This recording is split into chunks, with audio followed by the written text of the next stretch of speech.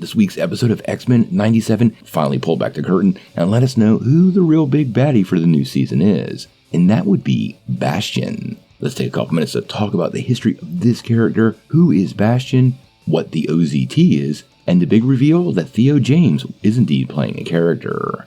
Let's dive in. Now before we do that though, make sure you hit that like and subscribe button and ring the bell for all the updates. We do daily Marvel and DC videos, and we want to be all your place for superhero and X-Men news, but we're going to bring it to you truthfully and transparently, so you are in the know. Well, quite honestly, X-Men 97 continues to be one of the best things Marvel Studios has produced for television to date. The most recent episode, Bright Eyes, continued to deliver on this quality standard that many of us are starting to get a little bit used to. Now, in Bright Eyes, there were some pretty big reveals, and if you haven't seen the episode, you might want to click away. Obviously, in the intro, we talked a little bit about the villain, but if you don't want to know any more details, come back after you watch the episode.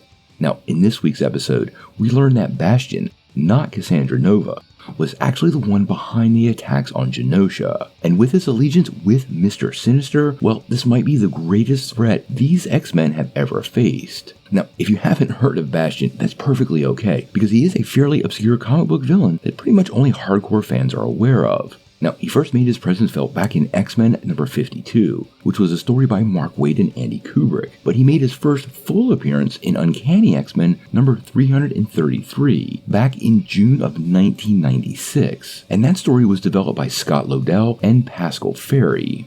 Now, like many X-Men characters, his origin can be rather complicated, but the simple version is he was created when Master Mold combined with Nimrod. Then he was sent into a mystical portal known as the Siege Perilous, and this combined being later became known as Bastion. Now, he had no memory of his past, and after he took up a human name, Sebastian Gabrati, he was adopted by a woman who fell victim to her own bigotry after learning about what they called America's mutant problem. Now, with Master Mold and Nimrod's hatred deep within him, Bastion then set out to destroy the X-Men. Now, at this point, it's kind of unclear how this will all tie together in the X-Men 97 series, but he definitely has close ties to the Sentinels. And as we saw in this week's episode, he plans to unleash a gigantic, unstoppable army on Earth's mutants.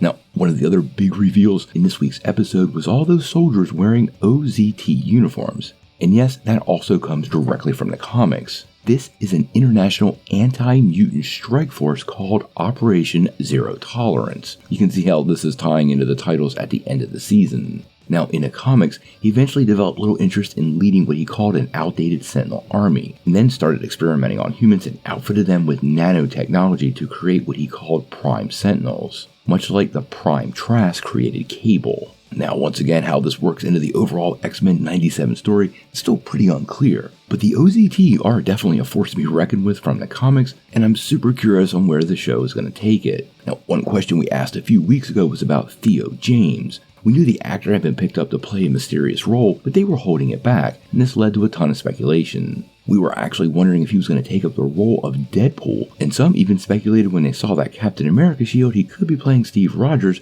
but it turns out he is indeed lending his voice to the Bastion character. Like we said, this was teased months ago, and to pick up voice talent like this means Marvel's taking the character very seriously. He's a great actor by all accounts, and seeing him bring this particular character to life, all while getting over the surprise of him appearing, well, it definitely landed for me, and I can't wait to see how the rest of the season unfolds. Now that we know Bastion is the primary villain, we're on the hard drive to the end. We are on the straight road to the end of X-Men 97 Season 1. I am curious what you think of this villain, Marvel digging so deep, and giving us something we totally weren't expecting.